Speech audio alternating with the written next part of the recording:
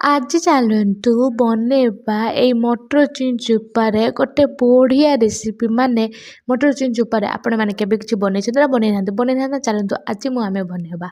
प्रथमे मसला बनेबा पई पियाज नै जिबा शुखला लंका नै जिबा तापर अल्प किछि सरिष देदेबी सरिष देई साला परे एठी मु देदेली 4-5 फेड़ा रसुण को देई साला परे जीरा पकेदेली जीरा पके साला परे कढ़ारे तेल पके शुखला लंका पकेदेली जीरा पकेदेली